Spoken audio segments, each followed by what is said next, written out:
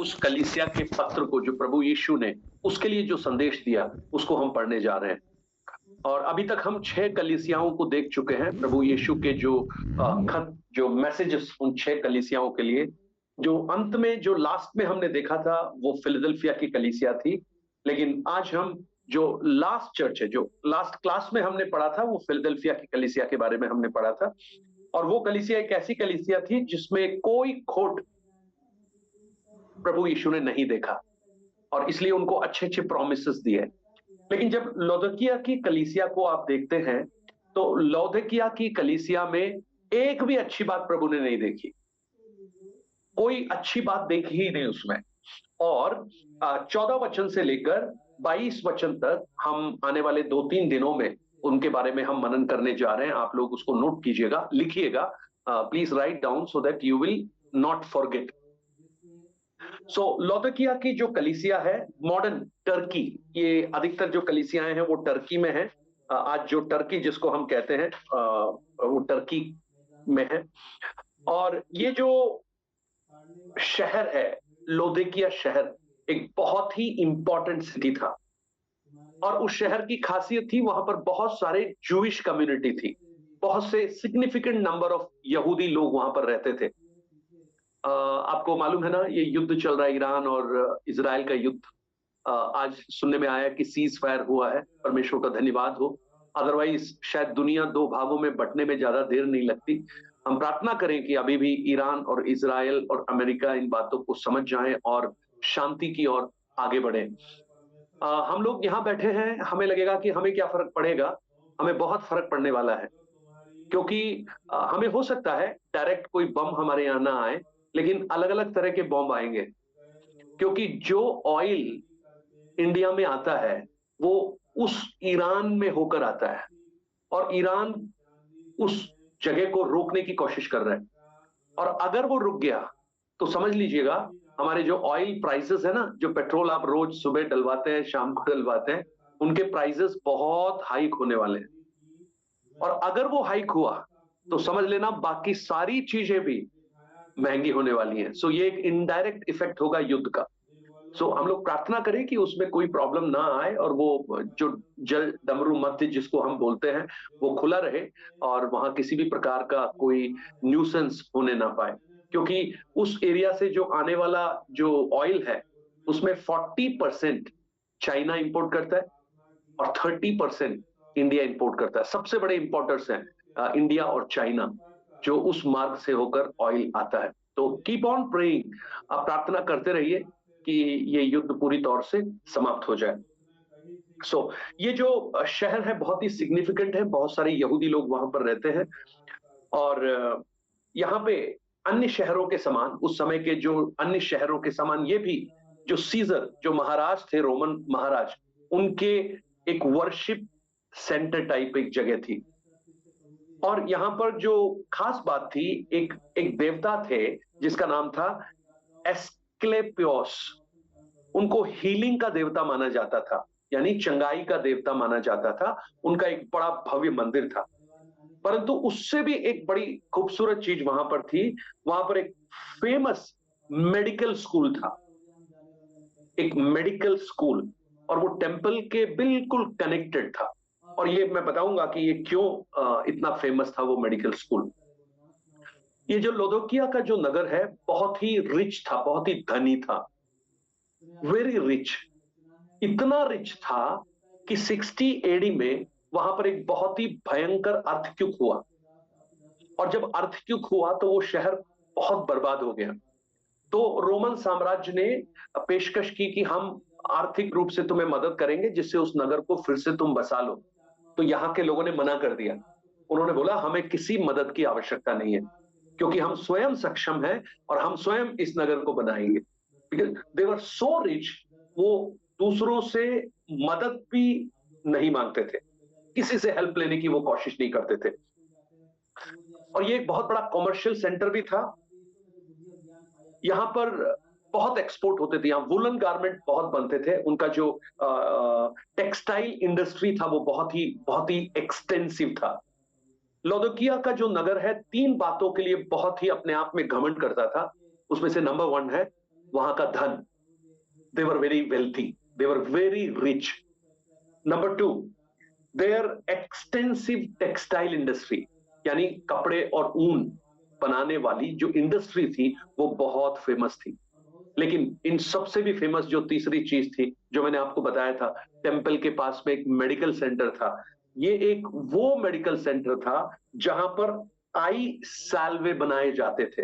ये जो आंखों में लगने वाली जो पुतलियां होती है ना, लेंसेस जिनको भी हम बोलते हैं, उस समय सिर्फ वहीं पे बनते थे और वो विश्व के हर भागों में एक्सपोर्ट होते थे। तो इसलिए they were so proud of these things.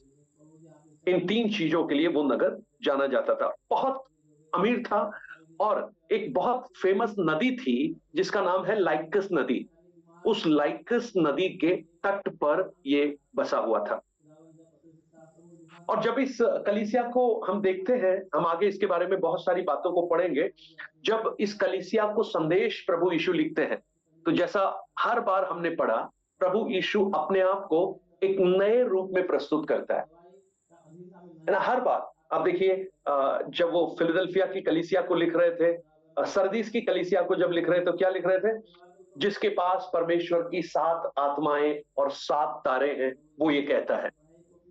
उसके बाद जब फिलाडेल्फिया की कलीसिया को लिख रहे थे, तो क्या बोला वहां पर 7वें वचन में? जो पवित्र है और जो सत्य है और जिसके पास दाऊद की कुंजियां हैं, है ना। अब यहां जब लौदीकिया की कलीसिया को वो लिख रहा है, तो देखिए वो क्या कहता है कि कलीसिया के दूत को यह लिख, जो आमीन और विश्वास योग्य और सच्चा गवाह है और परमेश्वर की सृष्टि का मूल कारण है, वो ये कहता है। सो वहां पर 3-4 बातें प्रभु यीशु अपने इंट्रोडक्शन में कहता है ना। उस पास्टर को, जो दूत, जो कलीसिया का दूत यानी उस पासवान को एक तरह से वो पत्र लिख रहे हैं, और उस पत्र में क्या है? नंबर 1, जो आमीन है। ये जो आमीन जो शब्द है ना, इसका जो ग्रीक वर्ड है, जो ग्रीक में जो वर्ड है वो है ट्रूथ, गॉड ऑफ ट्रूथ। यानी ये जो आमीन शब्द है, परमेश्वर के लिए भी इस्तेमाल किया जाता है। आप जब आयशिया नबी की पुस्तक, उसके 65 अध्याय, उस कविता निकाल लो, आयशिया चैप्टर 65 वर्स 16, एक बार पढ़ लीजिएगा। आयशिया 65:16। आयशिया 65:16। हाँ, तब सारे देश में जो कोई अपने को धन्य कहेगा, वो सच्चे परमेश्वर का नाम लेकर अपने को धन्य कहेगा। सच्चे परमेश्वर का नाम, the God of truth, God of truth. और जो ट्रूथ जो शब्द है ना, उसको ग्रीक में जो लिखा गया है वो है आमेन, द गॉड ऑफ आमेन। तो ये क्या है? आमेन। हम जब हमारी प्रार्थनाओं में आमेन बोलते हैं, तो वास्तव में पुराने नियम के हम परमेश्वर के एक नाम को ले रहे हैं, है ना। और हम यही कहते हैं ना, आमीन का अर्थ क्या है? ऐसा ही हो, let it be done. So it is actually God who made everything done. वो परमेश्वर है जो हमारी हर बातों को आमीन में कहता है, क्योंकि उसके वायदे हमेशा किसमें होते हैं? आमीन में होते हैं। और उसके बाद वो क्या कहता है? क्योंकि वो ट्रुथ है, क्योंकि वो सच है, गॉड ऑफ ट्रुथ है, इसलिए वो हमेशा सच ही बोलता है। ये उसका नेचर है। ही is the God of truth. अगर वो सच है तो वो सच ही बोलेगा। और साथ ही साथ वो फेथफुल एंड ट्रू विटनेस है, जो विश्वास योग्य और सच्चा गवाह है। और विश्वास योग्य और सच्चा गवाह हमारे यीशु मसीह के अलावा और कोई नहीं है। सो यीशु मसीह ही is the true and faithful. अब ट्रू फेथफुल जब उस कलीसिया को बोल रहे हैं ना, लौदीकिया की कलीसिया को, तो बिल्कुल विरोधाभास है वहां पर, क्योंकि उस कलीसिया में ना तो ट्रूथ है, ना फेथफुलनेस है, यानी ना सच्चाई है, ना विश्वास योग्यता है। और उस कलीसिया को यीशु मसीह अपने आप को कैसे प्रेजेंट करता है? मैं जो सच हूं, यानी जो आमीन हूं, मैं जो विश्वास योग्य हूं, और मैं सच्चा गवाह हूं। सो सो ये कलीसिया को यीशु एक सच्चाई बताना चाहते हैं, उस कलीसिया की आत्मिक जो कंडीशन है उसको बताना चाहते हैं, परंतु इस कलीसिया को यीशु मसीह का जो डायग्नोसिस है ना, जो यीशु मसीह ने जो उस कलीसिया को देखा और उसको जांचा, परखा और पाया, ये बात उनको बिल्कुल भी पसंद नहीं आई, उनको बिल्कुल भी अच्छा नहीं लगता। क्योंकि देखिए, आज हम भी लौदीकिया की कलीसिया कौन है? कलीसिया कौन है? हम ही तो कलीसिया है। हमारे बारे में प्रभु आकलन कर रहा है, और जब प्रभु आकलन करता है ना, हम कई बार हमें अच्छा नहीं लगता। आपने कई बार ऐसे वचनों को सुना होगा कि वचन आपके हृदय में घुस गया, वचन ने आपसे बोलना शुरू किया, आपकी कुछ गलतियों को रिवील करना शुरू किया, लेकिन आपने उसको नजरअंदाज कर दिया क्योंकि आप उसी अवस्था में रहना चाहते हैं। ऐसे ही जो लौदीकिया की कलीसिया है, उसको भी प्रभु कुछ सच्ची बातें जो वास्तव में उसका सच्चा आकलन था, वो उसको बताना चाहता है। और एक और बात जो 14 वचन में रह गई, वो भी मैं आपको बता दूं, जहां पर लिखा है परमेश्वर की सृष्टि का मूल कारण है। मूल कारण, ये जो मूल कारण, बिगिनिंग ऑफ द क्रिएशन जो लिखा है, बिगिनिंग ऑफ द क्रिएशन, इसको लिखने का आइडिया क्या है? बिगिनिंग ऑफ क्रिएशन का मतलब है ही is the source of everything. Source समझते हैं ना? वो स्रोत है हर चीज का। ये जो यहोवा विटनेस वाले जो लोग हैं ना, वो कोलोसियों की पुस्तक के वचन को कोट करते हैं कि प्रभु यीशु मसीह परमेश्वर का पहलोटा है। तो वो ये बताने की कोशिश करते हैं कि प्रभु यीशु मसीह भी परमेश्वर का पुत्र है और वो पहला है, उसके बाद बहुत सारे हुए, तो वो गॉड नहीं हो सकता। क्योंकि वो पहला है इसलिए वो गॉड थोड़ी होगा, वो क्रिएशन है, वो सृष्टि है। लेकिन आप यहां देखिए यीशु मसीह अपने आप को कैसे प्रकट करता है, the beginning of the creation of God. यानी यीशु मसीह सब चीजों का स्रोत है, सोर्स है, ओरिजिन है, कोई सृष्टि नहीं है वो। He is not a creation, but he was existed before beginning. वो उस बिगिनिंग से पहले ही वो विद्यमान था, यानी source and origin of all creation. आज जो भी कुछ आप देखते हैं वो त्रियून परमेश्वर, जहां पर पिता, पुत्र और पवित्र आत्मा है। और जो यीशु मसीह को हम जानते हैं, वो यीशु मसीह शारीरिक रूप में आने का समय है, आज से 2020 साल पहले का, परंतु वो प्रभु यीशु बिगिनिंग से ही विद्यमान है। सो इस बात को आप हमेशा याद रखिएगा, क्योंकि हम कई बार सोचते हैं कि प्रभु यीशु मसीह का जन्म तो 2030 साल पहले हुआ था, या यीशु मसीह का शारीरिक रूप से उनका इनकारनेशन जो हुआ था वो 2020 साल पहले हुआ था, परंतु प्रभु यीशु तो बिगिनिंग से ही विद्यमान थे। He was from the beginning। तो इसलिए लिखा है I am the source, ना, यही लिखा ना, इंग्लिश में लिखा था true witness, the beginning of the creation of God, beginning of creation, यानी उसी से सब कुछ शुरू होता है, राइट? सो अब आप देखिएगा कई बार ना परेशानियां कैसी होती है, चर्च की प्रॉब्लम्स क्या होती है। एक बार क्या हुआ, एक नौजवान पास्टर ने एक सीनियर पास्टर से पूछा, उन्होंने पूछा कि पास्टर साहब, मुझे एक चीज समझ में नहीं आती, मैं चर्च में हूँ, तो जो नए विश्वासी आते हैं ना, वो हमेशा प्रॉब्लम क्रिएट क्यों करते हैं? जो नए विश्वासी आते हैं वो प्रॉब्लम क्रिएट करते हैं। एक second please, give me a minute. Brother मैं कॉल करता हूँ, आई मीन क्लास है, thank you, I'll call you। सो उन्होंने पूछा कि नए विश्वासी परेशानी क्यों पैदा करते हैं। तो जो सीनियर पास्टर थे, जो अनुभवी पास्टर थे, उन्होंने बोला, देखो जी, ये प्रॉब्लम क्रिएट नहीं करते हैं, ये तो प्रॉब्लम को रिवील करते हैं। एक्चुअली प्रॉब्लम तो ऑलरेडी वहां पे होती है, लेकिन ये जो नए विश्वासी हैं वो बच्चों के समान होते हैं, कोई भी गलती देखते हैं तो वो तुरंत बोल देते हैं, लेकिन जैसे जैसे वो मैच्योर होने लगते हैं, जैसे जैसे वो पुराने होते जाते हैं, वो कुछ गलतियों को देखकर बोलते ही नहीं है और वो उसमें कंफर्टेबली रहना शुरू कर देते हैं। आपको समझ में आ रहा है? यानी समस्याएं ऑलरेडी वहां पर हैं, लेकिन किसी ने उसको देखा नहीं, किसी ने उसको नोटिस नहीं किया। परंतु जो न्यू है, नए लोग हैं, उनको पता नहीं है ज्यादा, तो वो क्या, वो उस चीज को खुल के बता देते हैं। सो हम भी कई बार क्या हो गए हैं, आत्मिक रूप से अंधे हो जाते हैं और हमारी वास्तविक अवस्थाओं से हम अनभिज्ञ रहते हैं और हम कंफर्टेबल हो जाते हैं और हम ये भूल जाते हैं कि हमारी आत्मिक आवश्यकताएं क्या क्या हैं। क्योंकि आपको मालूम है, एक बड़ा अच्छा एक उदाहरण है, आप अगर एक मेंढक को एक उबलते हुए पानी में डालोगे तो वो मर जाएगा, तुरंत मर जाएगा। लेकिन आप एक मेंढक को एक साधारण पानी में रखो और उसके बाद उस पानी को धीरे धीरे गर्म करो, तो काफी गर्म होने के बाद भी वो मेंढक मरेगा नहीं।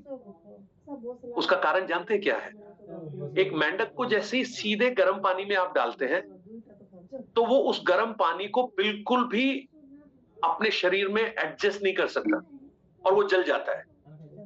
लेकिन जब नॉर्मल पानी में उसको रखकर उस पानी को धीरे धीरे गर्म करते हैं तो पानी का टेम्परेचर धीरे धीरे बढ़ता है।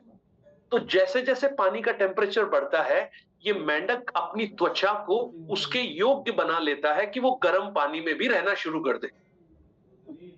ये जो विश्वासी, हमारी जो अवस्थाएं भी ऐसी हैं, जब हम विश्वास में नए नए आते हैं, हम छोटे छोटे पापों को भी हम सहन नहीं कर सकते।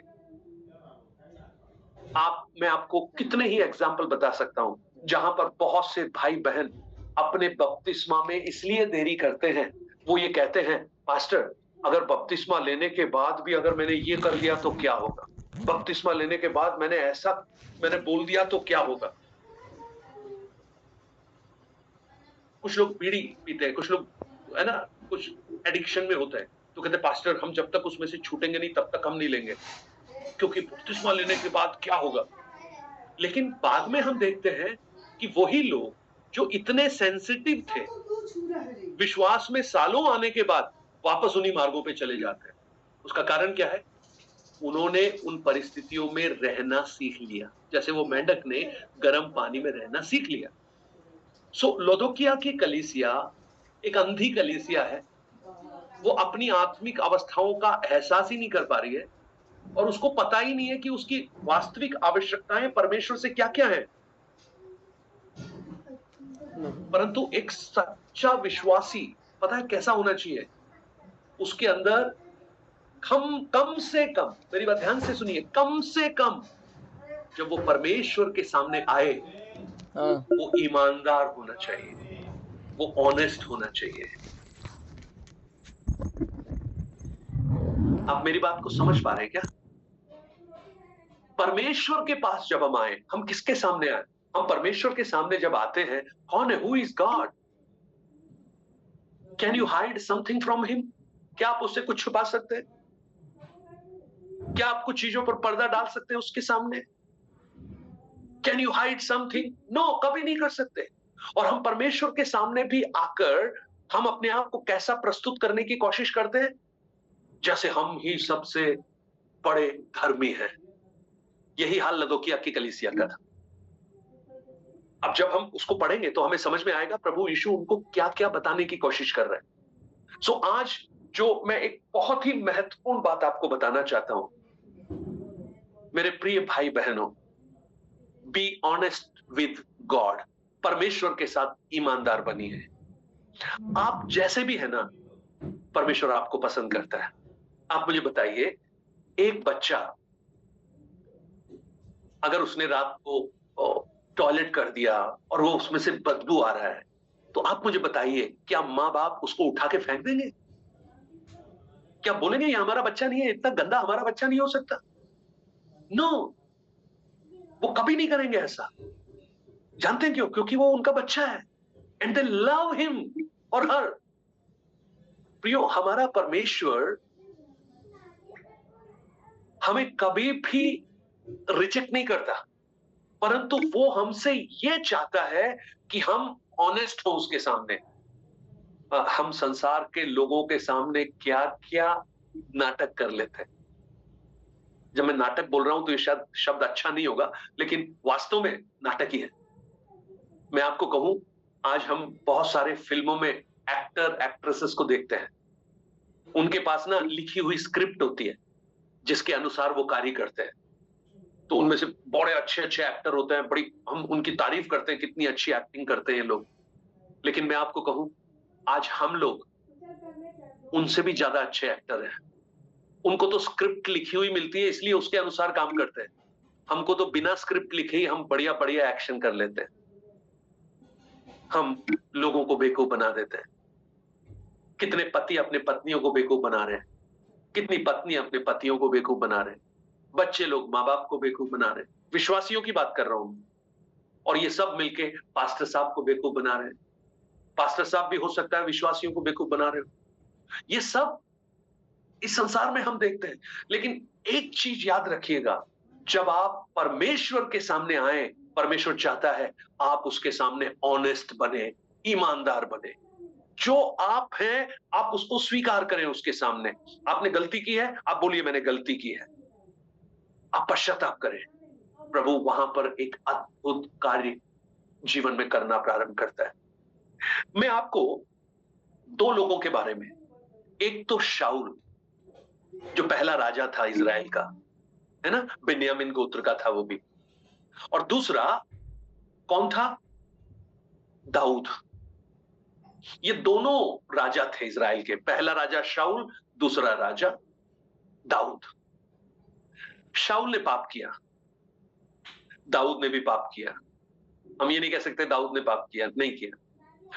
दाऊद के बारे में परमेश्वर ने खुद कहा, he is a man after my heart, मेरे मन के अनुसार चलने वाला व्यक्ति है, लेकिन पाप किया। अब परमेश्वर के मन के अनुसार चलने वाला व्यक्ति भी पाप कर सकता है। ये किस बात को दर्शाता है? ये मनुष्य के वीक, जो शरीर की कमजोरी को दर्शाता है। आप रोमियो 7 अध्याय को जब पढ़ेंगे, तीसरे स्वर्ग तक गया हुआ पौलुस पता है क्या कहता है? मैं उन बातों को जिनसे मुझे नफरत है, जिनसे मुझे घृणा आती है, मैं उन कामों को कर देता हूं। जो काम मैं नहीं करना चाहता वो मैं करता हूं, और जो मैं करना चाहता हूं वो मुझसे होते नहीं है भले काम। और जब मैं सोचता हूं ये क्यों हो रहा है, तो मुझे समझ में आता है कि अभी भी मेरे अंदर वो पाप छुपा हुआ है, तीसरे स्वर्ग तक पहुंचा हुआ है। अगर पौलुस ऐसा कह सकता है, दाऊद जो परमेश्वर के मन के अनुसार चलने वाला व्यक्ति पाप कर सकता है, तो आप कल्पना करके देखिए, मैं और आप, हम कहां हैं? अब आप देखिए, शाऊल ने पाप किया। शाऊल ने क्या पाप किया? एक, उसने परमेश्वर की वेदी के सामने पहुंचकर बलिदान चढ़ाने की कोशिश की, दूसरा धूप जलाने की कोशिश की, और दूसरा जब अमालेकियों को पूरा मारने के लिए परमेश्वर ने कहा, तो उसने अच्छी अच्छी भेड़ बकरियों को और बैलों को उसने रख लिया। और आप देखना, परमेश्वर हमेशा पाप को कन्फ्रंट करता है। कन्फ्रंट समझ गए ना? उसको सामने प्रकट करता है। और सामने पता है क्यों प्रकट करता है? वो हमें मौका देता है पश्चाताप करने का। आज भी वो देता है। पता है कैसे देता है? जब आप प्रभु का वचन सुन रहे होते हैं तो कोई वचन आपसे बात करता है, वो परमेश्वर का कन्फ्रंटेशन है।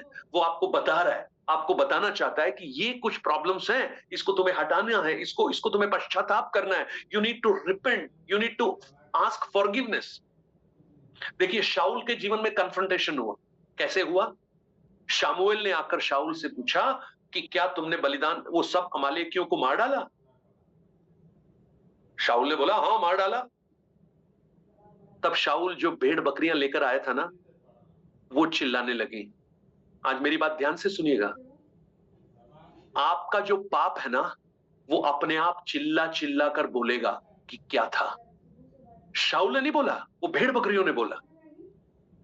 आप सोचेंगे कि हम तो बड़े स्मार्टली हम बच के निकल गए हैं, लेकिन आपका पाप जो है ना, वो खुद चिल्ला चिल्ला कर इस बात की दुहाई देगा। अभी कन्फ्रंट हो गया।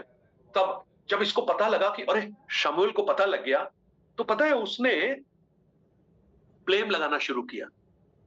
अपने ऊपर नहीं लिया उसने। अरे लोगों ने बोला इतनी अच्छी अच्छी भेड़ें हैं, इतने अच्छे अच्छे बैल हैं, इनको क्या करना है, इनको मार के, इनको तो परमेश्वर के लिए रख लेते हैं, बलिदान चढ़ाने के काम आएंगे। यानी उसको सामने जब ये बात परमेश्वर ने कही कि तुझे अमालेकियों का सत्यानाश करना है, तो उसने नहीं कर कर उनमें से बहुत कुछ बचा कर रखा। उनके राजा को छोड़ दिया उसने। और पता है उनके राजा को छोड़ने का परिणाम क्या हुआ? एस्तर की पुस्तक जब आप पढ़ना, हामान उन्हीं में से वंशज में से एक था, इसलिए हामान ने यहूदियों को पूरा मारने का योजना बनाया। सो कन्फ्रंट हुआ, लेकिन उसने माना नहीं अपनी गलती। उसके पश्चाताप में कोई गहराई नहीं थी, उसके पश्चाताप में कोई आंसू नहीं थे। उसने अपनी गलती को दूसरों के ऊपर लादने की कोशिश की और जस्टिफाई किया कि मैं सही हूं। यह बिल्कुल ऐसा है कि एक व्यक्ति को अगर चर्च में शराब पीते हुए पकड़ लिया किसी ने, तो वो व्यक्ति ये कहने की कोशिश करे, अरे आपको मालूम नहीं है, देखो वो भी पीता है, ये भी पीता है, वो भी पीता है, ये भी पीता है, इसलिए मैं भी पीता हूं। सो क्या है ये? पश्चाताप है? कोई पश्चाताप नहीं किया उसने। परंतु आप दाऊद को देखिए, दाऊद ने भी पाप किया। दाऊद ने बड़ा ज्यादा पाप किया। दूसरे की पत्नी को उसने अपनी पत्नी बनाया, उसके पति उरिया को युद्ध में आगे भेजकर मरवाया, उससे एक बच्चा पैदा हो गया। ये पाप पाप पाप कितने समय तक पाप करता रहा, लेकिन परमेश्वर के मन के अनुसार चलने वाले व्यक्ति को उस पाप के बारे में एहसास ही नहीं हुआ। लेकिन परमेश्वर ने उसके सामने भी कन्फ्रंटेट किया, उसको भी कन्फ्रंट किया। कैसे किया कन्फ्रंट? एक दिन नाथान नामक नबी को वहां पर भेज दिया। याद रखिए, हमारे सामने ऐसे मौके में आते हैं जब परमेश्वर हमें अवसर देना चाहता है और वो ये देखना चाहता है कि हमारा हृदय क्या है।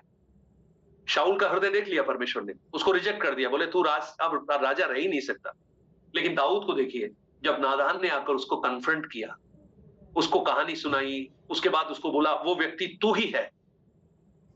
जैसे ही दाऊद को यह समझ में आया, पता है दाऊद परमेश्वर के सामने ऑनेस्ट बन गया, ईमानदार बन गया।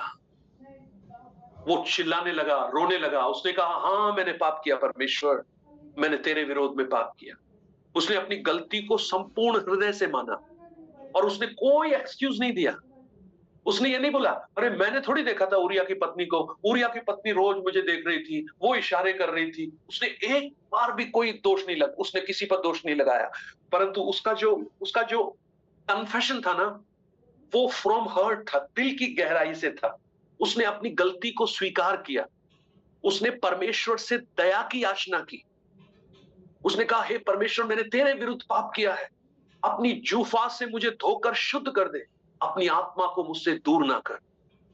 भजन 51 उस समय लिखा उसने, वो उसका पश्चाताप का भजन 51। आप उस भजन 51 को जब पढ़ेंगे, सैम्स 51, आपको दाऊद का पश्चाताप दिखाई देगा। और आप देखिए परमेश्वर ने इस ऑनेस्टी का सम्मान किया।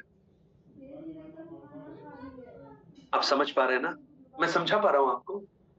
God love honesty. प्रियो, पिता के सामने बेटा कभी छुप नहीं सकता है। जैसा है वैसा स्वीकार कीजिए।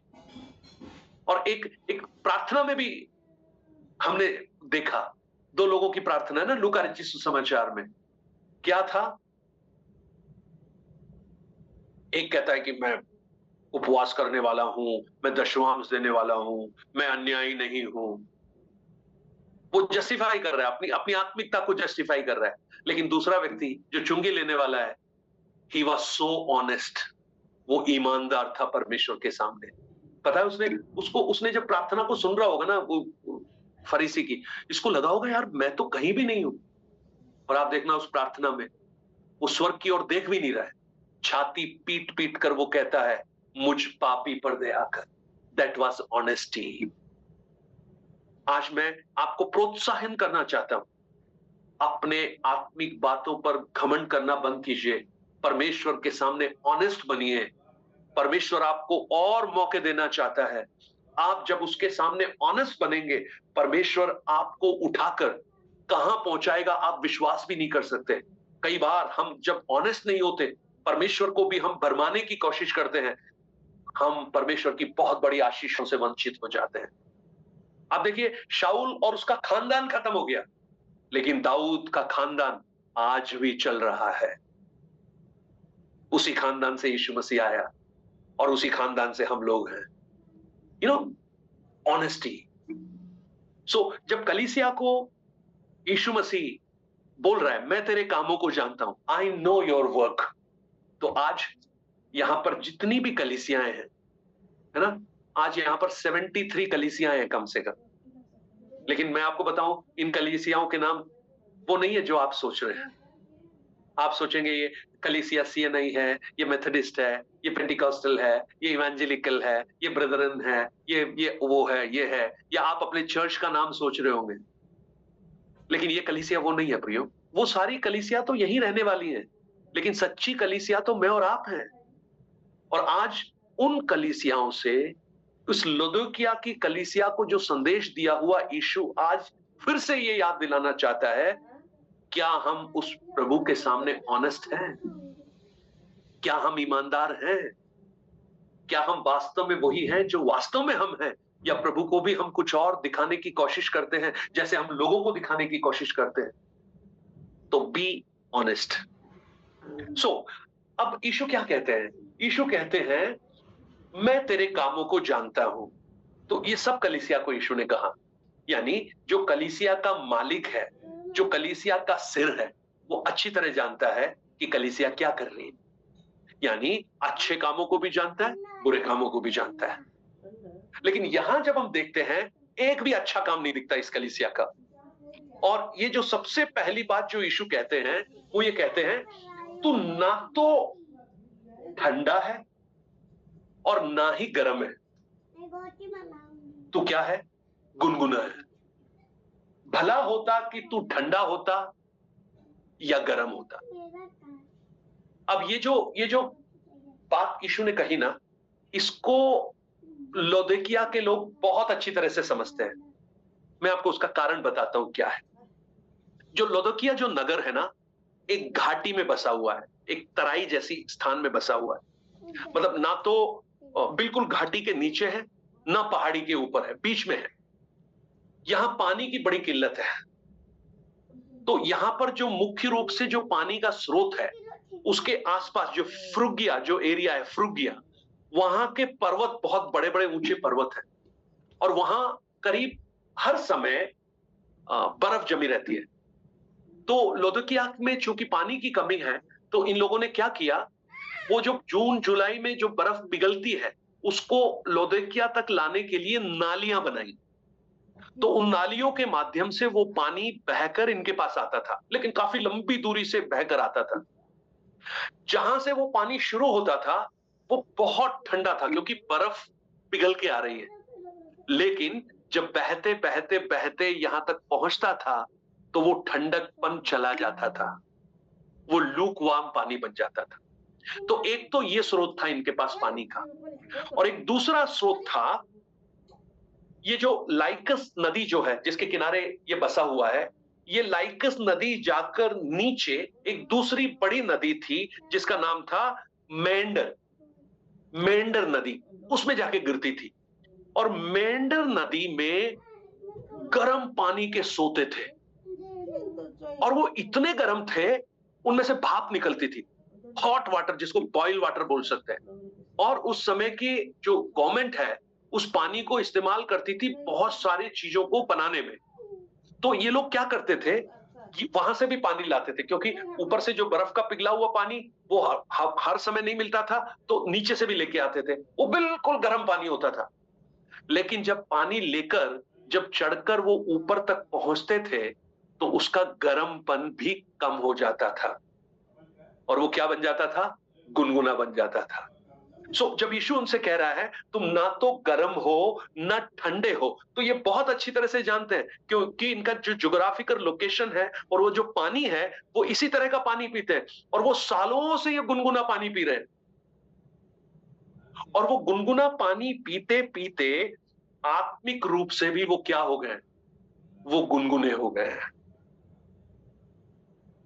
जब यीशु ने उनके बोला मैं तेरे कामों को जानता हूं, तो प्रभु यीशु ने 4 बातें उस 16 वचन से लेकर 22 तक वचन में कही, जो यीशु ने एनालाइज किया, क्या इनकी प्रॉब्लम्स है। नंबर 1, 16 और 17 वचन को जब हम पढ़ते हैं तो वहां हम पढ़ते हैं उन्होंने अपने उस गर्म जोशी को खो दिया। वो जो जोश होता है ना, जो विश्वास में जब आते हैं, विश्वास में आते हुए जो जोश, विगर जिसको बोलते हैं, विगर, एक्साइटमेंट, वो खो गया इनसे। नंबर 1, 16 और 17 वचन। 17 और 18 वचन के प्रारंभ को जब आप पढ़ेंगे तो दूसरी बात जो यीशु ने वहां पर महसूस की वो है उन्होंने अपने मूल्यों को खो दिया। They have lost their values. They have lost their vigor. They have lost their values. यानी मूल्यों को खो दिया। नंबर 3, 18 वचन का जो अंतिम भाग है वहां पर लिखा है उन्होंने अपने दर्शन को खो दिया। They have lost their vision. हम इन 4 बातों को ही पढ़ेंगे तो उसमें पूरा लदोकिया की कलीसिया का इतिहास हमें समझ में आ जाए। और चौथी बात, उन्होंने एक चीज और खोई, they have lost their vesture, यानी उनकी जो पोशाक थी ना, पोशाक को अपीयरेंस बोलते हैं, है ना, पोशाक में ही तो हम दिखते हैं। आप जो है आपकी पोशाक आपको दिखाती है, तो उन्होंने उसको भी खो दिया। They have lost their vesture, यानी उस पोशाक को भी वो खो दिया जो उनको मिली थी, अब वो नहीं है जो उनके पास है। ओके, अब जो सबसे पहला है, वैसे समय हो गया तो मैं सिर्फ सबसे पहली उसकी कुछ बातों को कहकर मैं खत्म करूं। मसीही जीवन में 3 प्रकार के स्पिरिचुअल टेम्परेचर हैं। There are 3 types of spiritual temperature in Christian life. Number 1, मेरे साथ पढ़िएगा, लूका रचित सुसमाचार उसका 24 अध्याय उसका 32 वचन। Book of Luke chapter 24 verse 32। उन्होंने आपस में कहा, जो मार्ग में हमसे बातें करता था और पवित्र शास्त्र का अर्थ हमें समझाता था, तो क्या हम मन में उत्तेजना न उत्पन्न हुई? हमारे मन में उत्तेजना उत्पन्न नहीं हुई। ये इमाउस की ओर जाने वाले 2 चेलों की बात है। और वो क्या कह रहे हैं, जब यीशु हमसे बात कर रहा था तो हमारा जो हृदय था वो क्या होने लगा, स्टिर अप होने लगा, वो गर्म होने लगा, यानी उत्तेजित होने लगा उसकी बातों को सुनकर। यानी जो पहला टेम्परेचर है, a burning heart for the Lord, एक उबाल रखने वाला हृदय परमेश्वर के लिए, जेलस रखने वाला एक हृदय, जैसे शाऊल था, वो बर्निंग था परमेश्वर के लिए। हर परिस्थिति में वो परमेश्वर के नाम को ऊंचा करने के लिए कुछ भी करने को तैयार था। A burning heart. एक दूसरा हर्ट है, एक कोल्ड हर्ट, एक ठंडा हृदय। मत्ती रचित सुसमाचार उसका 24 अध्याय उसका 12 वचन।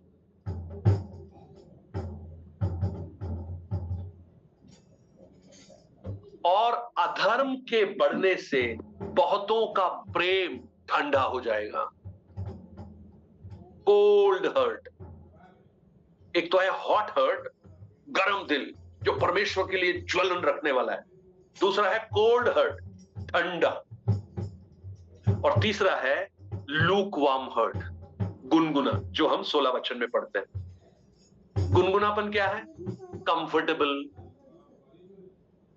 कॉम्प्लिसेंट, हम जैसे भी हैं वैसे ही ठीक है, सब कुछ चल रहा है। It's complacency. सो ये जो हॉट और कोल्ड है ना, इन दोनों को अच्छे से अनुभव किया जा सकता है। अगर कोई भी चीज बहुत ठंडी होगी तो आपके शरीर को तुरंत समझ में आ जाएगा। कोई भी चीज बहुत गर्म होगी तो वो भी आपको बहुत जल्दी समझ में आ जाएगा। लेकिन जो लूकवार्म है ना, उसको आप देना किसी को तो एक बोलेगा ठंडा है, दूसरा बोलेगा गर्म है, क्योंकि वो अपनी अपनी हिसाब से उसका आकलन करते हैं। एक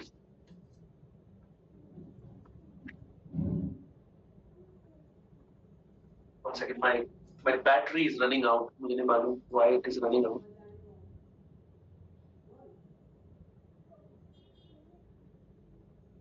कहीं बंद ना हो जाए ना बीच में।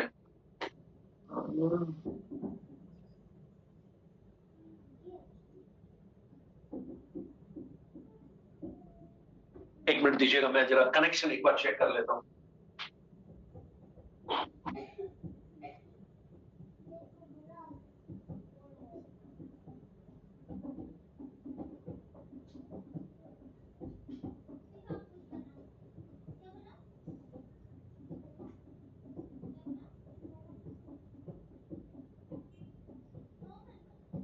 ओके, चलिए।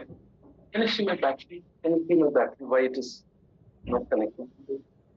Okay, so ये जो कोल्ड और हॉट है ना, ये हमको समझ में आता है।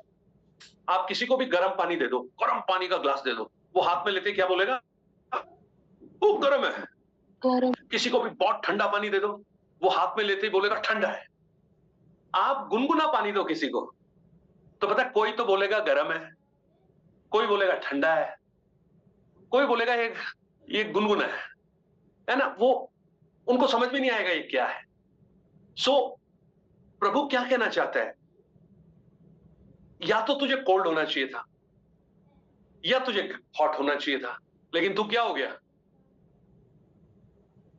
तू लूकवार्म हो गया। ये ना, आप देखिएगा, चलो हम छोटा सा एग्जांपल दे लेते हैं। आप जो भी चीज पीते हैं, जो ब्रेवरेजेस आप लेते हैं, है ना, या तो आपको ठंडा पसंद होगा या आपको गर्म पसंद होगा। चाय पीने वाले चाय गर्म पिएंगे,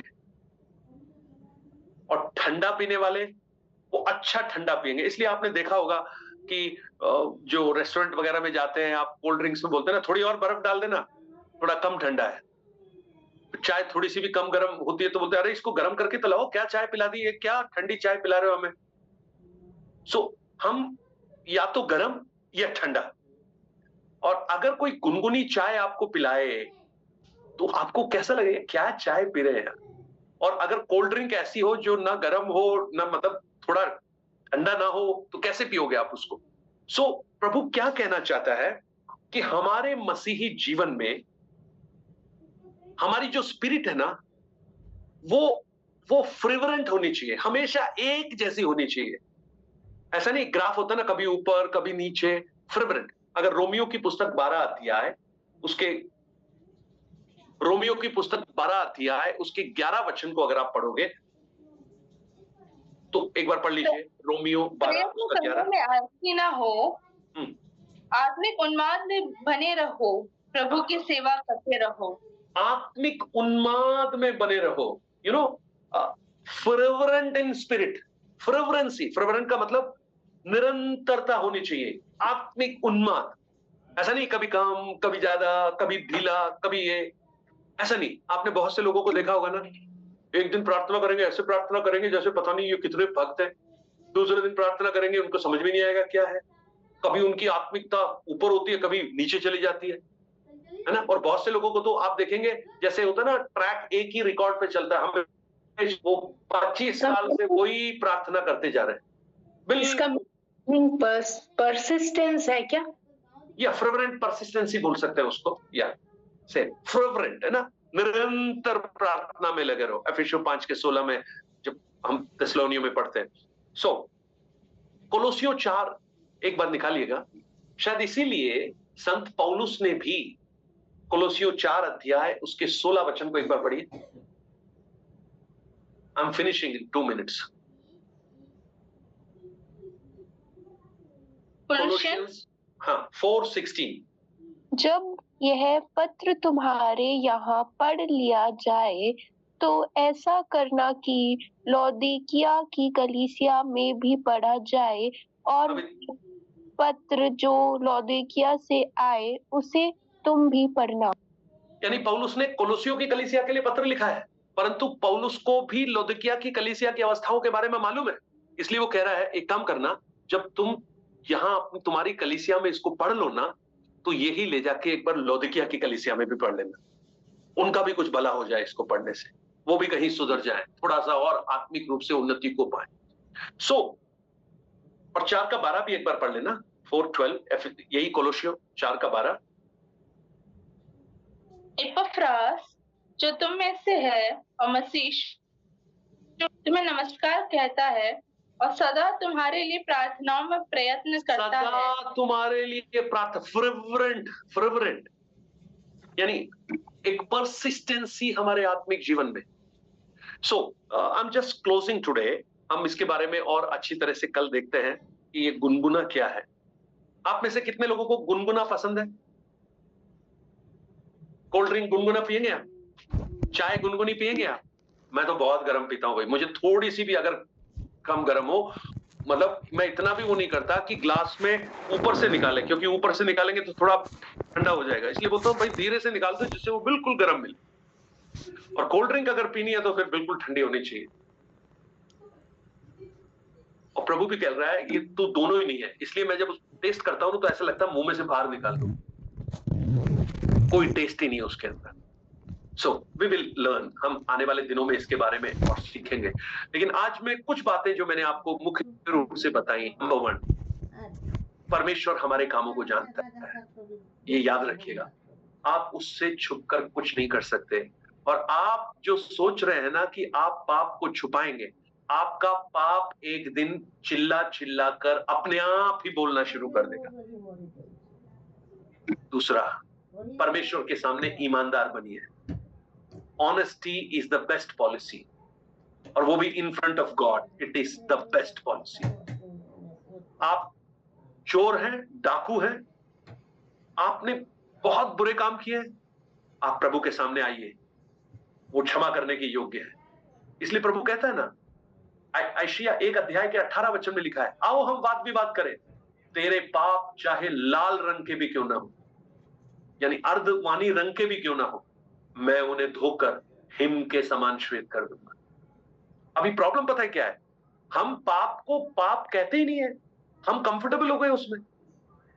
हमको लग रहा है कि हम तो बढ़िया जीवन चल रहा है हमारा, चर्च जाते हैं तो बहुत अच्छी बात है, चर्च जा रहे हैं हम तो, पास्टर साहब को भी प्रेज द लॉर्ड भी बोलते हैं और कॉटेज मीटिंग वगैरह में भी आने की कोशिश करते हैं। हमें लगता है कि ये हमारी आत्मिकता बहुत जबरदस्त है। लेकिन याद रखिए, परमेश्वर आपके हर बातों को जानता है और आपके हर अवस्थाओं को पहचानता है। इसलिए उसके सामने ऑनेस्ट बनिए, दाऊद के समान। अगर कुछ गलत हुआ है, क्षमा मांगिए ना। वचन में यही तो लिखा है, क्षमा मांगो। पहला यूहन्ना 1:9 में यही लिखा है, पर यदि कोई पश्चाताप करे तो परमेश्वर उसे क्षमा करने में सामर्थ्य है।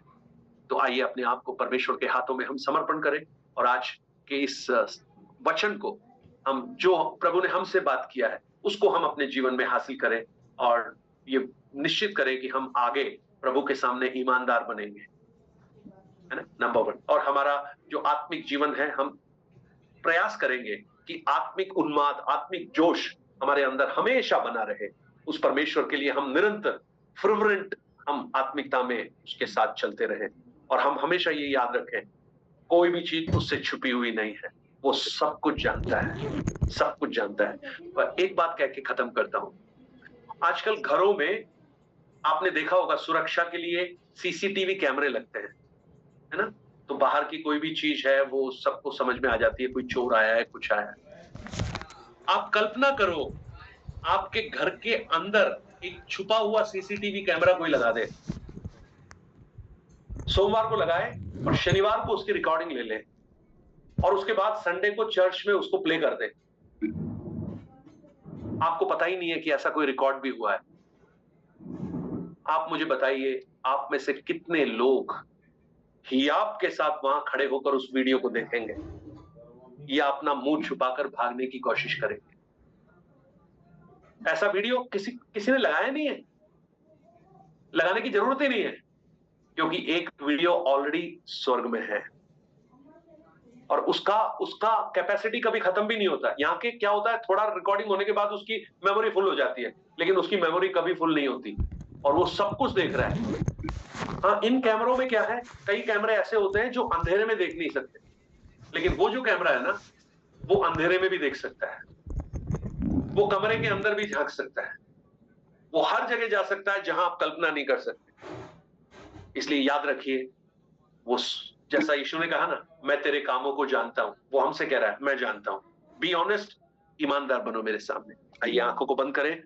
अपने आप को प्रभु के हाथों में समर्पित करें, हम प्रार्थना करें। और जब हम प्रार्थना करते हैं, हम पूरी तौर से परमेश्वर के हाथों के नीचे हम रहे। यस, मैथ्यू ने लिखा, उचित समय पर वो बढ़ाने वाला हमारा परमेश्वर है। या प्रार्थना कीजिए। सचिव बारिक साहब, आप एक छोटा प्रार्थना कर लीजिए। जी, हमारे जीवित और सामर्थी अनुग्रहकारी प्रभु, हम आपका धन्यवाद करते हैं।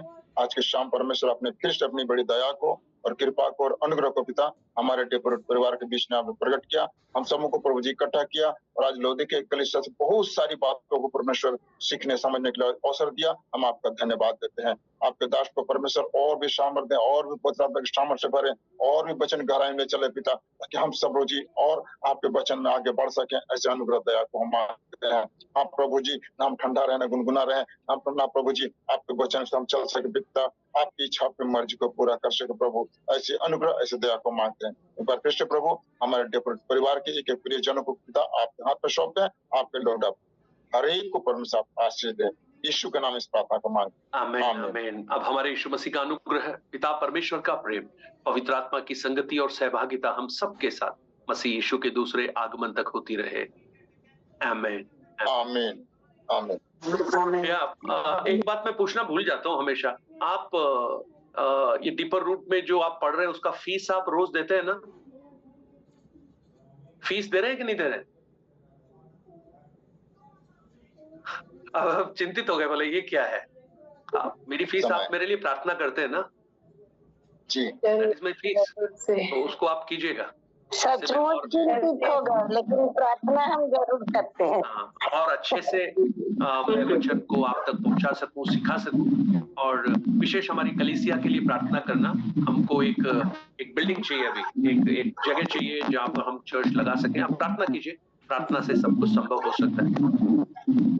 Right, so God bless you. परमेश्वर आपको सबको बहुत आशीष दे। Have a good night. सबको जय मसीह की। पिछले दिनों कशिश के ब्रदर का बहुत बड़ा एक्सीडेंट हुआ। कशिश